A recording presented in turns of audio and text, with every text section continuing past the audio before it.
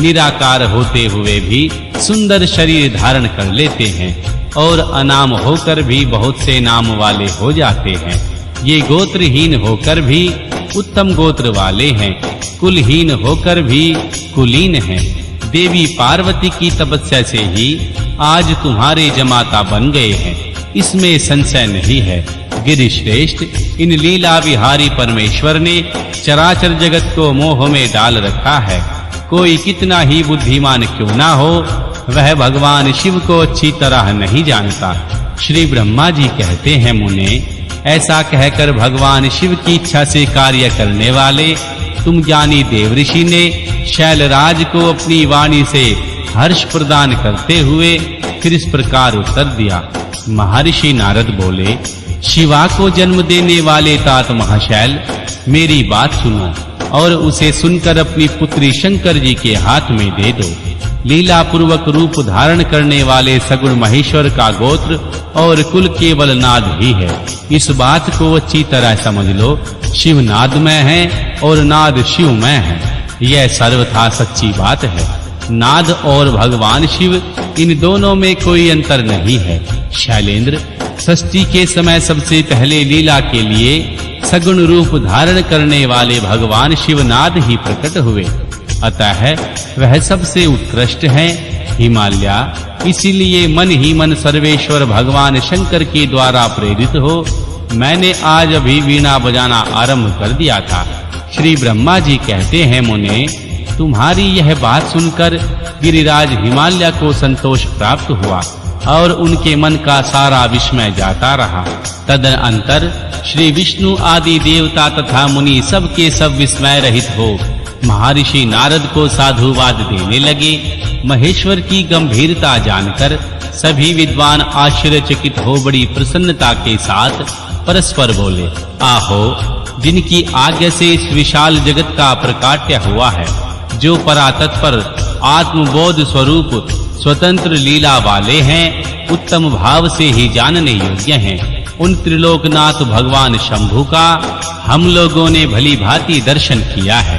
तदनंतर हिमालय ने विधि के द्वारा प्रेरित हो भगवान शिव को अपनी कन्या का दान कर दिया। कन्यादान करने के समय वे बोले, परमेश्वर, मैं अपनी यह कन्या आपको देता हूँ, आप इसे अपनी पत्नी बनाने के लिए स्वीकार करें।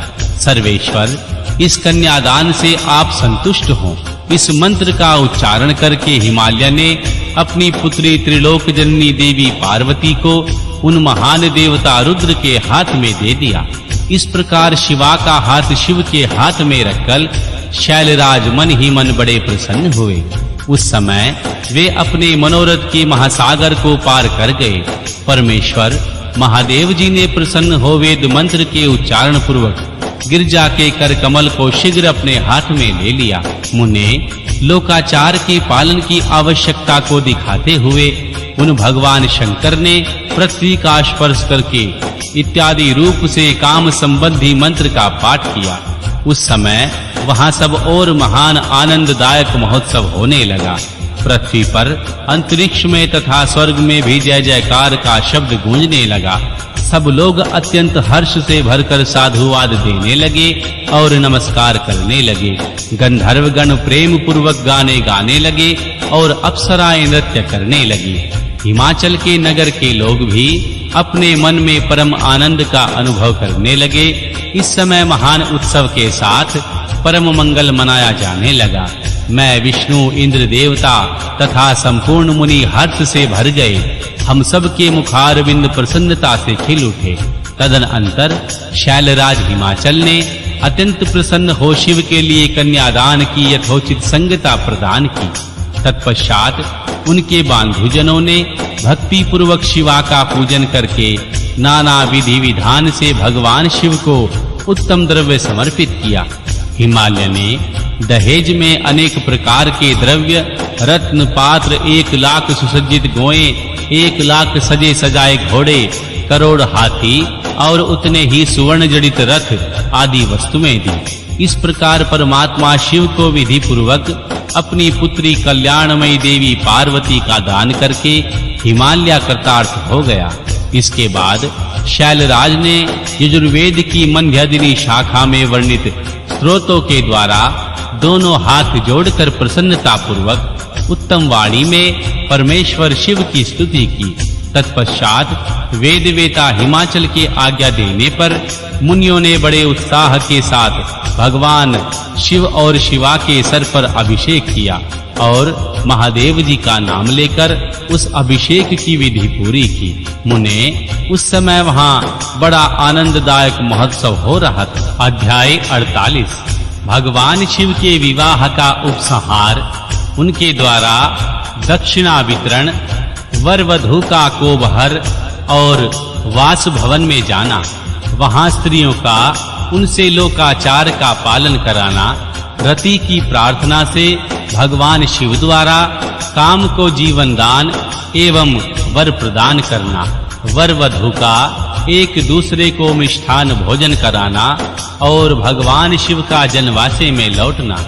श्री ब्रह्मा जी कहते हैं, हे नारद, तदनंतर मेरी आज्ञा पाकर महेश्वर ने ब्राह्मणों द्वारा अग्नि की स्थापना करवाई और देवी पार्वती को आगे बिठाकर वहां ऋग्वेद, यजुर्वेद तथा सामवेद के मंत्रों द्वारा अग्नि में आहुतियां दी।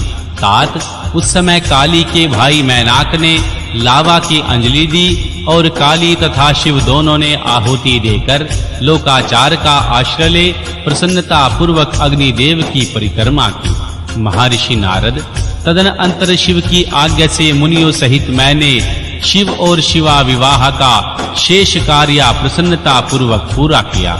फिर उन दोनों दंपत्ति के मस्तक का अभिषेक हुआ। ब्राह्मणों ने उन्हें आदर पूर्वक ध्रुव का दर्शन कराया। तत्पश्चात हृदयालंबवान का कार्य पूरा हुआ।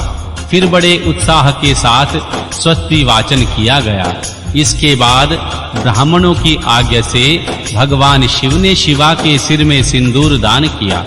उस समय गिरिजानंदिनी उमा की शोभा अद्भुत और अवर्णनीय हो रही थी। फिर ब्राह्मणों के आदेश से वे शिव दंपत्ति एक आसन पर विराजमान हो भक्तों के चित्त को आनंद देने वाली उत्तम शोभा पाने लगे। मुने, तदनंतर अद्भुत लीला करने वाले उन नवदंपति ने मेरी आज्ञा पाकर अपने स्थान पर आ शास्त्र प्राशन किया। इस प्रकार विधि पूर्वक और वैवाहिक यज्ञ के पूर्ण हो जाने पर भगवान शिव ने मुझ लोक दृष्टा ब्रह्मा को पूर्ण पात्र दान किया। फिर भगवान शंभु ने आचार्य को गोदान किया।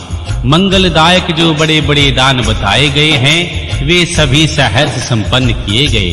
तत्पश्चात उन्होंने बहुत से ब्राह्मणों को पृथक-पृथक 100 स्वर्ण मुद्राएं दी, करोड़ों रत्न दान किए और अनेक प्रकार के द्रव्य बांटे। उस समय सब देवता तथा एक दूसरे चराचर जीव मन में बड़े प्रसन्न हुए और जोर-जोर से जय जयकार की ध्वनि करने लगे। सब ओर से मांगलिक शब्द और गीत होने लगे। वाद्यों की मनोहर ध्वनि सबके मन को आनंद दे रही थी। इसके बाद श्री विष्णु और मैं देवता सभी ऋषि तथा अन्य सब लोग गिरिराज से आज्ञा ले बड़ी प्रसन्नता के साथ शीघ्र ही अपने अपने डेरे में चले गए।